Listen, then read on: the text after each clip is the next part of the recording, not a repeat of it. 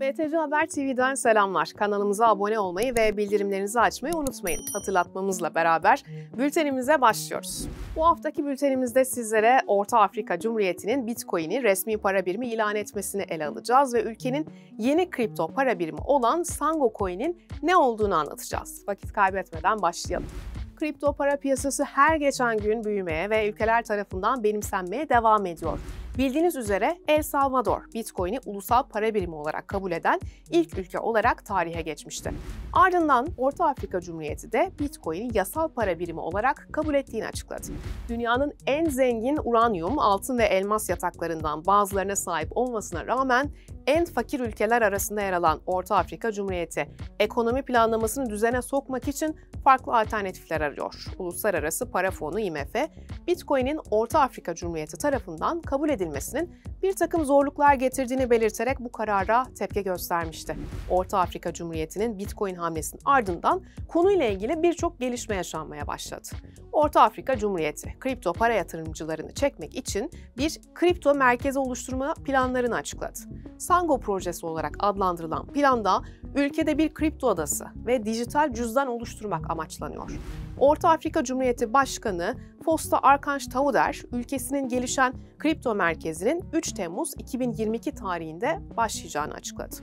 Orta Afrika Cumhuriyeti, dijitalleştirme çabalarında bir sonraki adım olarak doğal kaynaklarının tokenlaştırılmasını belirledi. Bunun yanında ülkedeki kripto ve dijital varlık projelerine, maden kaynaklarına tokenize erişim sunulacağı ifade edilirken, doğal kaynak tokenlaştırma sürücüsünün de Sango projesinin himayesi altına gireceği aktarıldı. Öte yandan ülkede yasal bir kripto para yatırım platformu da oluşturulacak. Sango platformu Orta Afrika Cumhuriyeti'nin kripto para odaklı ilk girişimi olacak. İsmi ise ülkenin ikinci resmi dilinden geliyor. Resmi Sango web sitesine göre Sango platformu ulusal meclis tarafından başlatıldı ve hükümet tarafından da destekleniyor.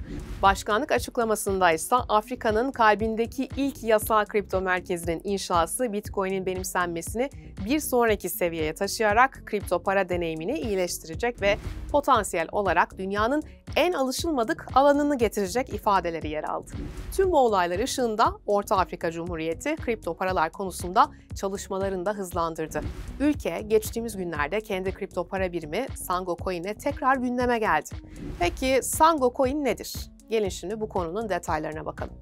Orta Afrika Cumhuriyeti Başkanı Tauder, dünyada bir ilke imza atarak ülkenin kendi kripto para birimi olacağını açıklarken, Sango Coin, Orta Afrika Cumhuriyeti için yeni nesil para birimi olacak ifadelerini açıkça dile getirdi.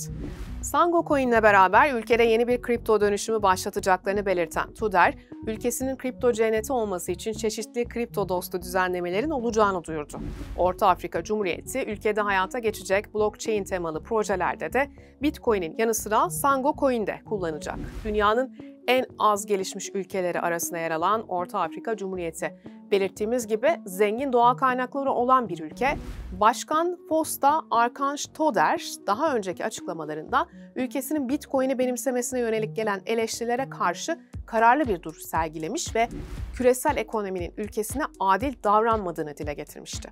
Ekonomisini kalkındırmak için kripto paraları benimseme kararı alan Afrika ülkesi, aynı zamanda blockchain teknolojisini de verimli şekilde kullanma yolunda ilerliyor. Orta Afrika Cumhuriyeti son olarak tapu kayıt sistemini dijitalleştirmek için blockchain teknolojisini kullanacağını duyurmuştu. Orta Afrika Cumhuriyeti'nin bu adımı birçok yetkili tarafından olumsuz karşılanırken bir kesim de ülkenin bu hamlesini destekliyor. Peki Türkiye'de kendi kripto parasını çıkarır mı? Sizin bu konuda düşünceleriniz neler? Yorumlara eklemeyi unutmayın.